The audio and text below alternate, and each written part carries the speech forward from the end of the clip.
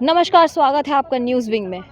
7 तारीख देर रात को एक पुलिस अधिकारी द्वारा लोअर बाज़ार थाना में एफआईआर दर्ज कराया गया, सिर्फ इसलिए कि कुछ मारपीट के तमाम आरोप लगाए गए हैं। अभी हम मौजूद हैं पुरानी पुलिस लाइन में, जहां यहाँ पे तमाम पुलिस अधिकारी व पुलिसकर्मी साथ ही उनके परिवार यहाँ पे रहते हैं। यहाँ पे 7 तारीख को सरस्वती पूजा का विसर्जन किया जा रहा था। उसी बीच कुछ ऐसी घटना हुई जिसकी वजह से लोअर बाज़ार थाना में एफआईआर दर्ज कराया गया है। आइए जानते हैं यहाँ मौजूद लोगों से कि आखिर उस दिन क्या हुआ था। 7 तारीख को रात में जो हर साल के भांति मूर्ति विसर्जन हो रहा था और बहुत शांति तरीका से लोग जा रहे थे, गाना बजा रहे थे। और जो यहाँ के कैंपस के जो महिला लोग थी, बच्चे लोग थे, काफ़ी शांति तरीका से गाना बजाते हुए, झूमते हुए जा रहे थे। पूरे कैंपस घूम गए। गेट पे जा कर के विनोद पांडे जो हम लोग के हैं, वो आगे जा कर के देख रहे थे कि जो कोई पब्लिक का तो मूर्ति नहीं जा रहे हैं, तो उसको रोकने के लिए आगे बढ़े तो उस मूर्ति निकल रहा था, वो मूर्ति निकल गया। इसके बाद हम लोग का मूर्ति आगे जैसे ही बढ़ने वाला था, उसी तरीके से आवाज़ आ रहा है, बच्चा लोग की तरह मार दिया मार दिया मार दिया, एक महिला मार दी, एक महिला मार दी, इस तरीके से आवाज़ आया। तो हम लोग आगे से आए, पीछे आए, देख रहे हैं कि पूरा लेडीज लोग थी। किसी का बच्चा को जब मारने का, बच्चा लोग कहीं मारी थी, बच्चा लोग की मारी थी। तो देखे कि नेहा मैडम है, तो हम लोग जाकर के उनको किसी भी तरीके से भीड़ से निकाले। और निकालने के बाद जब वहाँ विसर्जन करने के लिए तालाब पे गए, तो सिटी डीएसपी साहब और थाना प्रभारी महोदय आए और मैडम भी थी वहाँ पे। तो इनाम पूछे तो इन लोग बता दिए। तो अपने नाम बताने के बावजूद मतलब इन्हीं लोग पे एफआईआर दर्ज। किसी भी तरह का मारपीट नहीं हुआ है। मार सिर्फ वही मारी हैं। मोमेंट खराब हुआ तो उसकी कोई वजह नहीं, फालतू। बच्चा के मारने का क्या वजह होता है? बच्चा लोग के आप मार रहे हैं, ऐसे ही बच्चा लोग का गलती माफ़ किया जाता है। इन लोग तो कोई गलती ही नहीं किया था। हर साल होती है। पर साल भी मेरे यहाँ एक डेट हो गए थे, तो सारा बाजार रोक दिया गया था। हम लोग के अंदर है, सामाजिक विधि व्यवस्था में हम लोग रहते हैं और हर जगह हम लोग सामाजिक विधि व्यवस्था बनाते भी हैं। हम लोग अनुशासन पालन करते हैं। हम लोग मारपीट क्यों करेंगे? यहाँ पे पुलिसकर्मी द्वारा बताया जा रहा है कि यहाँ मारपीट नहीं हुई थी बीती रात 7 तारीख को। अब देखने वाली बात है कि यहाँ पे जितने भी उनके परिजन हैं, एक बार उनसे ज़रूर बात करेंगे और जानेंगे कि उस दिन क्या कुछ हुआ था और क्या कुछ हरकतें हुई थी। मैडम, 7 तारीख को जो घटना घटी, क्या हुआ था? हुआ ये था कि विसर्जन करने के लिए सब कोई, माता जी का विसर्जन करने के लिए सब कोई जा रहा था। सब फेस्टिवल 3 दिन धूमधाम से मनाया ही जाता है। और अचानक से गाना वाना बज रहा था, लेकिन उसमें अश्लीलता कुछ भी नहीं था, जो पॉइंट बनाई है। और हम लोग भी डांस कर रहे थे। बहुत सारे लेडी लोग थे, 200-250 लगभग थे, बहुत सारा भीड़ था।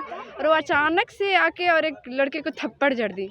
ऐसा कहीं होता है? आप डीएसपी हैं तो पावर का मिसयूज करिएगा। हम लोग का जीने का कोई अधिकार नहीं है। तो अचानक से थप्पड़ मारने, और महिलाओं में इतना आक्रोश था जब देखी कि पूरा रंग में भंग कर दी हूँ। माता जी के भी ऐसा लग रहा जैसे वो आस्तिक नहीं नास्तिक हों। इस तरीके से आके पूरा माहौल को किरकिरा कर दी। और महिलाओं में इतना आक्रोश था कि वो तो सिविल ड्रेस में थी, किसी को पता ही नहीं था। महिलाओं के अगर चाहते तो मार ही देते, लेकिन सबको नहीं, डीएसपी मैम है, इस वजह से वो उनको बचा लिया गया। और प्रोटेक्ट करने के लिए वही विनोद पांडे भैया थे और सीपी सिंह जो भैया हैं, सब कोई उनको प्रोटेक्ट किया कि मैम रुक जाइए। और जेंट्स लोग के बीच घुसे जा रही हैं। जी, एक्चुअली इनका नाम नेहा बाला है और ये साइबर डिपार्टमेंट की डीएसपी हैं। और इनके बारे में काफ़ी चर्चित रही हैं ये। तो हुआ क्या था कि विसर्जन का समय था और सभी लोग अपने मस्ती में झूम रहे थे, डांस कर रहे थे। जैसे ही उनके बिल्डिंग के पास डीजे पहुंची, वो 7th फ्लोर से उतर कर आई थी। वो सिविल ड्रेस में थी, ट्राउज़र, टी शर्ट और जैकेट पहनी हुई थी। वो कोई नहीं जानता था कि वो डीएसपी हैं। नहीं थी? जी नहीं, वो यूनिफॉर्म में नहीं थी और कोई नहीं जानता था कि वो डीएसपी हैं। उन्होंने सडनली आकर और एक भैया पर हाथ उठा दिया। लगभग 2 थप्पड़ उन्हें मारी हैं वो। तो ऐसा देखकर सारी जो जितना भी वहाँ भीड़ जमा था, लगभग 200 के लगभग वहाँ भीड़ जमा था। सभी में इतना आक्रोश आ गया था कि उस दिन मतलब सभी अगर एक-एक थप्पड़ भी मारते तो वो मैडम क्या होता उनका हाल सभी समझ सकते हैं। लेकिन फिर भी विनोद पांडे और जो सीपी उपाध्याय जिनके ऊपर उन्होंने कंप्लेन किया है, वही थे जो उन्हें बचाए, उन्हें प्रोटेक्ट किए। और आज उन्हीं का नाम उन्होंने दिया है कि वो भीड़ को उकसा रहे थे, जबकि ऐसा कुछ भी नहीं हुआ था। उन्होंने बहुत सारे इल्ज़ाम लगाए। उन्होंने पहला इल्ज़ाम लगाया कि अश्लील गाने बज रहे थे। तो जिस समय वो एविडेंस भी रखी होंगी, रिकॉर्डिंग जो उन्होंने एविडेंस के तौर पे दिया है उसमें भी उस समय रंग बरसे बजा था, जिसमें कोई भी अश्लील लाइन आया ही नहीं है गाने का। और दूसरा उन्होंने आरोप लगाया है शराब के नशे में धुत होने का। तो उस समय पीसीआर भी आई हुई थी और उन्होंने सभी को देखा था, उन्होंने सबका जांच किया था, तो कोई भी शराब के नशे में नहीं पाया गया था। देखिए, हम लोग सब जो फैमिली है, पुलिस वाले सब एक परिवार की तरह रहते हैं, कोई भी फंक्शन को सेलिब्रेट करते हैं। ठीक है, आप डीएसपी हैं, आपको ज़्यादा साउंड पोल्यूशन से दिक्कत है, हमारे फेस्टिवल से दिक्कत है, तो आप कहीं और रहिए ना। आप सोसाइटी में रहिएगा तो ये सब तो फंक्शन जाहिर सी बात है कि होगी ही, और उससे आपको प्रॉब्लम, अगर प्रॉब्लम भी था तो पहले नोटिस कर देती कि आप लोग नहीं बजाइए, तो हम लोग बंद कर देते। हाँ। इन तमाम जो मामला दिखा, इस पर अब आप लोग क्या चाहते हैं? हम लोग चाहते हैं कि जिस बच्चे को थप्पड़ मारी या जिनका नाम लेके जिन पे केस की है बदतमीजी का, छेड़खानी का, उनसे माफ़ी मांग ले और केस को वापस ले ले। क्योंकि जिनका नाम लिया उनके फैमिली होंगे, रिश्तेदार होंगे, जहाँ भी ये चीज़ जाएगा सारे सुनकर क्या कहेंगे किसी के भी बारे में।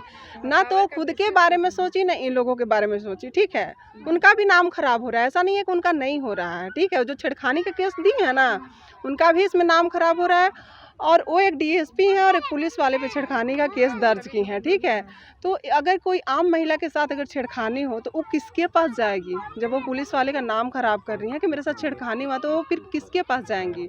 तो वो इस केस को वापस ले ले कि वो गलती की है और माफ़ी मांग ले।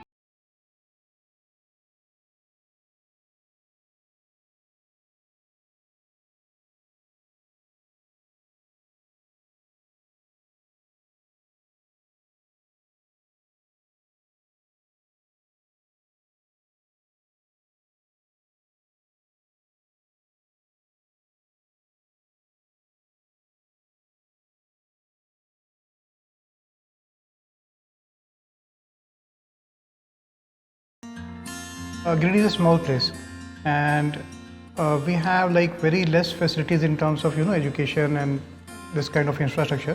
It came to our mind that basically there should be good opportunities for the students of Giridih, those who are leaving the town and going outside for studies, their higher studies and their education. I wanted my son to start with the coding classes, so I researched it online. I got through all the reviews and everything. Then I got in touch with the White Hat representatives, and I was very happy with the progress and all how he was doing. So then I thought that why not to implement it in our school so that all the students are able to learn this thing. I started coding because we can make our thoughts real. We can interact with the computer. White Hat Junior is helping me to create a web browser. And I think on this part, White Hat is actually leading, on this coding platform. It is definitely a very good platform and one should implement in every school.